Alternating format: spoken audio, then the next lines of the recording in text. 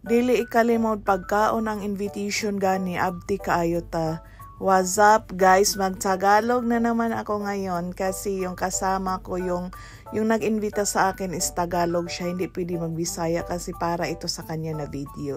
Dito kami magkain sa Dampa Lounge kasi ang pakasarap naman talaga ng seafoods nila. Siguro pang-apat ko nang nabisis dito balik-balik kasi maganda talaga yung ano nila, lalo na yung ambience, very aesthetic.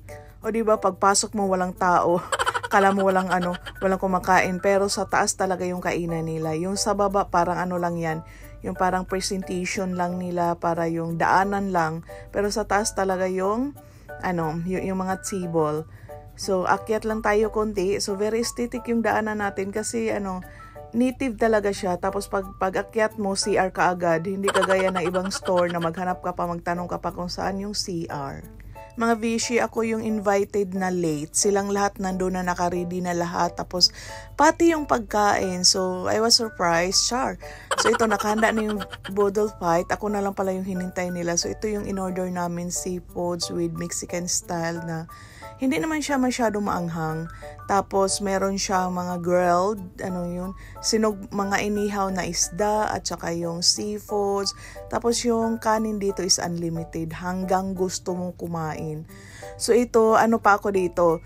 Medium size pa ako. Galing pa ako ng 28 na, size ng, basta, yun na yun yung hawakan. 28. Pagkatapos nito, siguro mga 32 inches na. Kasi Boodle Fight ito. Maparami yung kain natin sa kanin. So tayo mga Pilipino, aminin man natin, rice is life tayo. Mapagana talaga yung kain natin pag magkinamay lang, no? Tapos pagdating ko, uhaw na uhaw ka agad. Naging ako ng yung soft drinks, anong tawag niyan. Tapos, ayun sila kain na kasi naka-ready na. Late kasi ako, naganda-gandahan pa kasi nagre-ready yung vloggeries natin. Ito talaga yung literal na kinamay, yung Boodle Fight. Napakasarap naman talaga pag magkinamay, diba? Kahit na ako, prefer ko talaga magkamay. Ayaw ko Hoy, ang hirap talaga mag-Tagalog dito. Pero okay lang, para kay Princess, maintindihan niya ito. Kasi sa kanya ito na video. Farewell Boodle Party. Hope to see you soon in Manila, Princess. Mga Tagalog kasi ito sila lahat. Tapos sino yung Bisaya dito? Parang dalawa lang kami ni Leslie na Bisaya. Hoy, nagpa-refill ka agad ng rice. Grabe talaga itong mga Pilipino. Rice is life talaga tayo. Kahit saang sulok ng mundo, kahit saan tayo ilagay, rice is life talaga. Kasi nasanayan natin, diba? 3 times a day or more than pa. Diba sa Pilipinas, minsan yung rice gina-snack natin. Pero hindi naman ako umabot ng ganyan. Ngayon nag-diet na ako. Yung size ko ngayon is medium size. Siguro mamaya large na ako. Maparami talaga yung kain mo, no, pag ganitong sit-up, Boodle Fight, tapos kamay-kamay. Kahit na wala tayo sa trabaho, no, nasa labas, tapos yung pinag-usapan natin sa trabaho pa rin. Hindi halata na hindi sila gutom. Galing pa ito sila ng trabaho. Ako kasi is naka-day off ako. Lumulobo na yung natin, hindi lang hinaharap yung lumulobo kundi yung natin, yung mga belly jeans na natin dyan. Pero okay lang kasi minsan naman ito nakainan. O charan, so ito na yung aftershock, yung parang binagyo na kami na nasa signal number 5 na kami nito. So naubos, besh, wala talagang natira, kahit na yung mga buto-buto man lang wala, grabe. Ito yung kasama namin na si Princess na mag-for good na sa Pinas. Apaka-cute naman talaga na bata at saka ang ganda pa.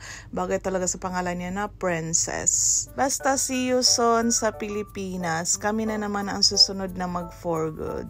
Kailangan pa namin ng pera. Apagabilis naman talaga ng panahon, no? 2 years. Grabe, no? Tapos parang bago lang siya dito. Tapos uwi na naman. Kami dito pa kami kasi kailangan pa namin ng pera. Mga pulubi pa kami. May matinding pangangailangan pa kami. Kaya kailangan pa namin magtrabaho. Tapos si Princess mag-uwi na.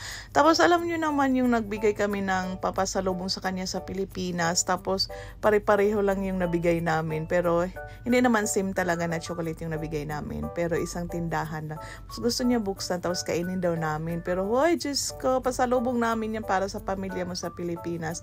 Basta mag-ingat ka doon, mag-enjoy ka. Super late yung video natin kasi alam mo naman si mamang mo ang super busy. Tapos, tinatamad mag-edit ng video. So yun lang yung namin banding dito sa farewell party, Bodol Fight.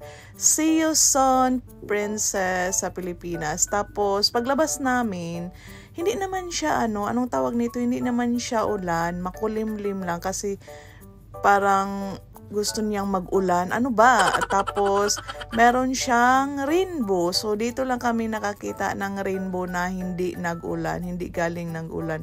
Basta nag-rainbow lang talaga siya. Tapos, punta kami sa kabilang kanto kasi gusto namin magpa-hilis. Ano man tawag yan? Magpatunaw ng kinain. Punta kami sa kabilang kanto para mag-inom ng kape. So, hindi man ako nag-inom ng kape. Nag-try ako ng karak chai. Siguro hot chocolate siguro yung in-order ko dito. Tingnan mo, nakalimutan ko na kasi ang tagal naman talaga mag-edit ni Mel. So, ayun, dito na kami nagkape-kape, nag-hot choco, nag-karak chai para matunaw yung kinain namin na seafoods. Kasi pag marami talaga yung kain mo, kailangan mo talaga mag-inom ng mga chai para hindi sasakit yung tiyan. So, pauwi na kami kasi si Princess kailangan niya na mag-uwi sa bahay nila kasi flight na niya mamaya. Ang ganda talaga ng panahon, cloudy.